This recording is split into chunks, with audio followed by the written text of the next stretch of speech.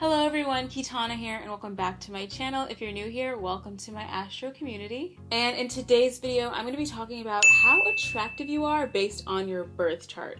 And as many of you guys already know, I did a video about your physical appearance based on your birth chart. A lot of you guys like that video, so this one is kind of like a part 2 to that. So if you haven't seen it yet, go ahead and go watch it.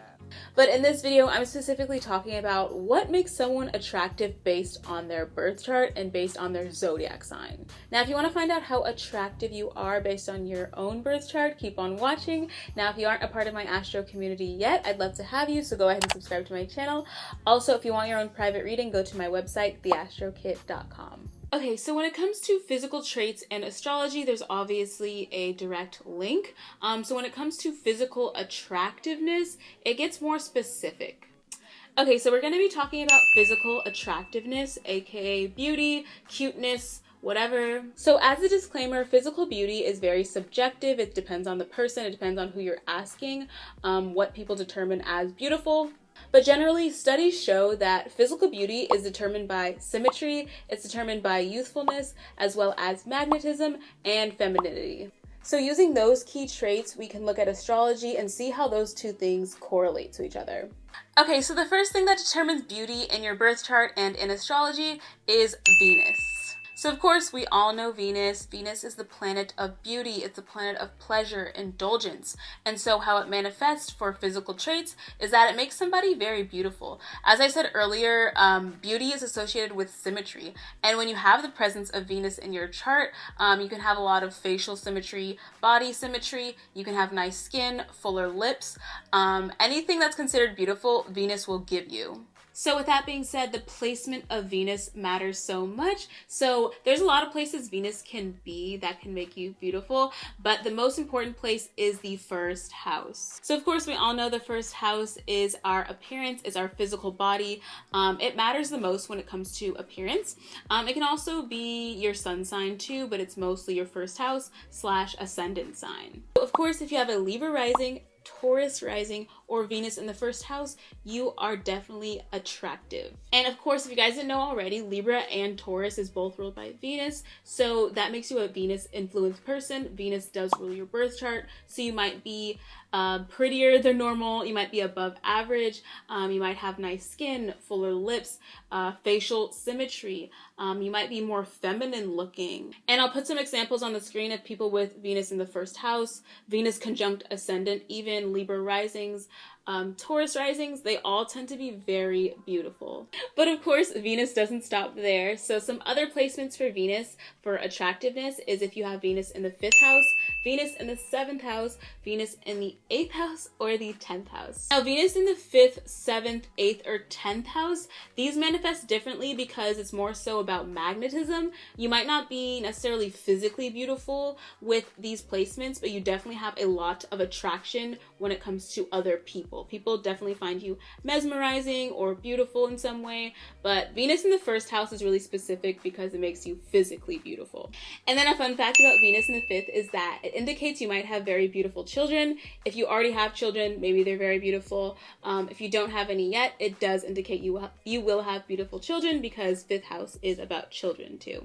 Okay, so the next planet we're going to talk about as it pertains to attractiveness is Mars. Now, Mars is really specific because Mars is all about sex appeal. Mars is about our physical body. Mars is all about the sense of magnetism. And for my guys watching this, Mars also has a lot to do with masculinity. And of course, masculinity can be tied to attractiveness in a man. So with that being said, some placements for Mars that make someone very attractive is Mars in the 1st house, of course, and Mars in the 5th house. So Mars in the 1st house gives somebody a very pronounced appearance. There's something about you that is very unforgettable. And I feel like Mars has more to do with like magnetism rather than physical beauty, because with Mars in the 1st house, like I said, you have a very pronounced appearance. You might have a very nice body. You might have very I would say this has more to do with sex appeal. Like something about you is just very sexual maybe, or you're not afraid to show your body. And I'll put some celebrities on the screen who have Mars in the 1st house. This really does benefit men as well because it gives a man a very pronounced jawline, very pronounced forehead structure. Studies show that a man with like a very defined jawline makes them more attractive to women. And overall, it gives men a very masculine appearance. And then with women, it gives them a very strong, dominant, bold, very fiery, very sexual appearance. And then Mars in the 5th house, again, it does give someone quite a bit of sex appeal. Like I said, this is different from Venus because Venus is a very sweet, soft type of energy, but Mars is very bold, it's very masculine. So having it in your 5th house indicates a lot of sex appeal, a lot of personal magnetism. Okay, so now we're gonna talk about Pluto. Okay, so Pluto is very interesting to talk about because it's not something we could think about right away when it comes to beauty, but it does have a lot to do with your physical appearance. So Pluto, as it pertains to attractiveness, it really rules this sense of magnetism, it rules this sense of influence, and it rules this sense of seduction too. So with that being said, if you have Pluto in the 1st house or a Scorpio rising, you are very, very magnetic to other people. Now, your physical beauty would really depend on your whole chart, but even if you aren't necessarily conventionally attractive, maybe you don't have facial symmetry or whatever, you are very attractive to other people for some reason. Like Pluto in the 1st house people, I'll put some celebrities on the screen who have this, but they're just something about them, you cannot stop looking at them. They're either very seductive, very appealing, something about them is just so magnetic. And also with Pluto in the 1st or Scorpio rising, you just have a lot of influence over others. So you can really seduce people in that way. You can just be being yourself, you know, just walking down the street and people just want to approach you or give you things, or they're just very enticed by you. You have a very magnetic aura, a very appealing aura. You can be very sexually appealing as well. This is definitely a placement for sex appeal. And this can manifest the same way with Pluto in the 5th house. Now, Pluto in the 5th house, I think this is more like when you're in social settings, people find you very magnetic because 5th house is about socializing and about indulgence and dating as well. So even when it comes to dating or romance, people just find you so compelling. There's something about you they can't really figure out. Like I said, you might be physically attractive or think you are, or maybe you're not, but either way, you're very magnetic to other people because you have this sense of powerful appeal. Okay, so let's talk about Black Moon Lilith. So Black Moon Lilith, it's not a planet or a star, it's an asteroid, but it really, really indicates a certain amount of attractiveness in your birth chart. Now, Black Moon Lilith definitely has like a reputation. It's kind of known for being chaotic, but in terms of this video and in terms of physical attractiveness, it does rule sex appeal, it rules a sense of provocativeness. And it also rules the sense of being mesmerizing, even chaotic. So if you have Black Moon Lilith in the 1st, 5th, or 8th house, you might be very sexually appealing, very magnetic, or very provocative. And especially with Black Moon Lilith in the 1st house, we can look at people like Kim K, Marilyn Monroe, even Shakira. Like, these are all women who are known for their sexual prowess. They are known for their, for being appealing. Something about them is just so alluring, so mesmerizing. We think about Marilyn Monroe. She wasn't necessarily very beautiful physically, at least to me, but she had this appeal. Something about her we just couldn't stop looking at, right? And that is her Black Moon Lilith in the 1st house. And then, like I said, if you have Lilith in the 5th house, Lilith in the 8th house, those are very, I really want to emphasize, these are very like sexual type of placements. It's not really physical beauty, it's mostly seduction, sexual appeal, and the sense of being provocative. If we look at Kim K and we look at someone like Marilyn Monroe, they are very provocative. Even if Kim K or Marilyn Monroe were just like regular people, or they're wearing regular clothes, they would still have this sense of magnetism about them. People are just attracted to that, especially they are attracted to their femininity as well. Okay, so we're going to talk about Neptune now. Now, Neptune does traditionally rule beauty. Neptune also rules this sense of mystery, this sense of allure, and wherever it's placed in your birth chart makes someone very appealing or mesmerizing. So of course, if you have a Pisces rising, or if you have Neptune in the 1st house, then you do benefit from this placement. And I'll put some celebrities on the screen of people who have these placements. I think Scarlett Johansson does, Mila Kunis. And what Neptune does really is give this gives someone a very dreamy appearance. We think about these celebrities who have it, even like Kim K, I think. She has a very dreamy aura, a dreamy appearance. Something about her is very mesmerizing, and because of that, she's very appealing. The presence of Neptune and Pisces rising, even, it gives someone a very mysterious energy about them, a mysterious aura. So when someone is mysterious, when we don't know everything about them, we want to know more, right? So they're very enticing in that way. They're very magnetic in that way if you have Neptune in the first or Pisces rising. I feel like it's very similar to Neptune, where it gives someone kind of like a magnetic pull from other people. Like everywhere you go, people stare at you maybe, or you're just naturally attractive. Even if you aren't physically attractive, people are just magnetized towards you because you have this dreamy, mysterious appearance about you. So now we're going to talk about the moon. Now the moon kind of ties back to what I said in the beginning about youthfulness. Youthfulness does play into beauty and physical attractiveness. And when you have the moon like in the first house, maybe even Cancer rising, you might have very nice skin, but you also might look very youthful. And I always tell Cancer risings, moon in the first house, people that probably you will age very gracefully. When you're older, you probably won't even look older. I know some Cancer rising people that are like 40, but they look like they're 25. So the presence of the moon does give someone a very youthful appearance. It might give you very nice skin, very youthful looking skin.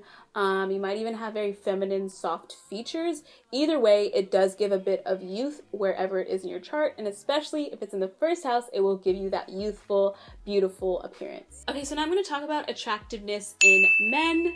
Now, obviously, everything I said in this video applies to everyone, like all genders, but I really want to talk about men really quickly because I know some guys watch my channel, and it's really interesting to see what physical attractiveness in men looks like in astrology. So I touched on this earlier, but an attractive man tends to be masculine looking. So what does that look like? Sharp jawline, defined brow, maybe he's tall, muscular. These are all things that studies say are attractive about men. And also studies say that men who are responsible or assertive or masculine tend to be more attractive to the opposite gender. So in astrology, if you're a man watching this, some placements that might give you more attractiveness is if you are a Capricorn sun, moon, rising, possibly even a Capricorn Mars. I'll put some pictures of men on the screen who are Capricorn placements, but either way, Capricorn Saturn energy is very masculine. Capricorn is like the daddy of the zodiac.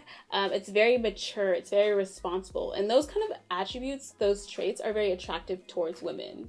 And physically, Capricorn men can have very defined bone structure. I said this in my physical traits video originally, but Capricorn does rule the bone, so you can have a very prominent nose. I think with men, if they have a very prominent forehead bridge, that can be attractive to prominent eyebrows. But either way, Capricorn Saturn energy does gift you with like a very strong appearance, especially when it comes to your jawline. And you also might have a very nice smile or nice teeth. Either way, you have a very masculine appearance, and that can be more attractive to the opposite sex. And then I will mention, if you have Saturn in the first house as a man, it might manifest the same way. It might give you a very masculine appearance. The height really depends. You might be taller. Most Capricorn men I've met have been taller, but sometimes Capricorn Saturn energy can make someone very short. But either way, it gives you a very masculine appearance. And then another aspect for men is Mars or Aries energy. So I touched on this earlier, but Aries energy does make a man look very masculine. Again, it gives a very strong forehead,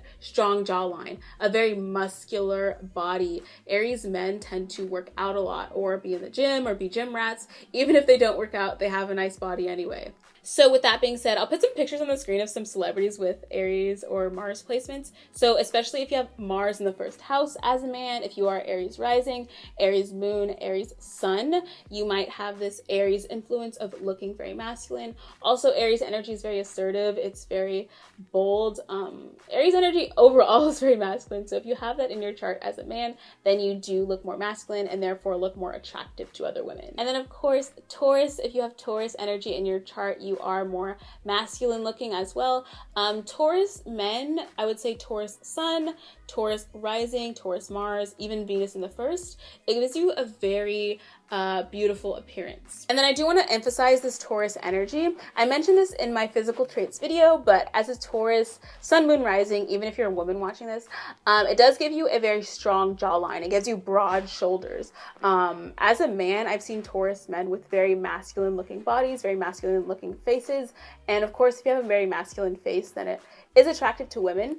But I think the unique thing about Taurus is that it does give a very beautiful appearance too. Like Taurus men love grooming themselves. They might have a very nice beard or nice hair, or they dress very nicely. They're just very well kept looking men. They usually smell really good. Taurus men just tend to be very physically attractive because they have the influence of Venus, but they also have this earthly, earth sign masculinity too. So it's like that perfect balance. Taurus men are really, really cute. But yeah, like I said, I think, what is his name? Edward from, Vampire. I forgot. I'll put the picture on the screen, but he's a Taurus, and I feel like he's a good example of a Taurus. But comment down below if you're a guy and you're watching this and you relate to any of those. If you relate to any of the things I mentioned in this video, comment down below. I'd love to hear how these manifest for you.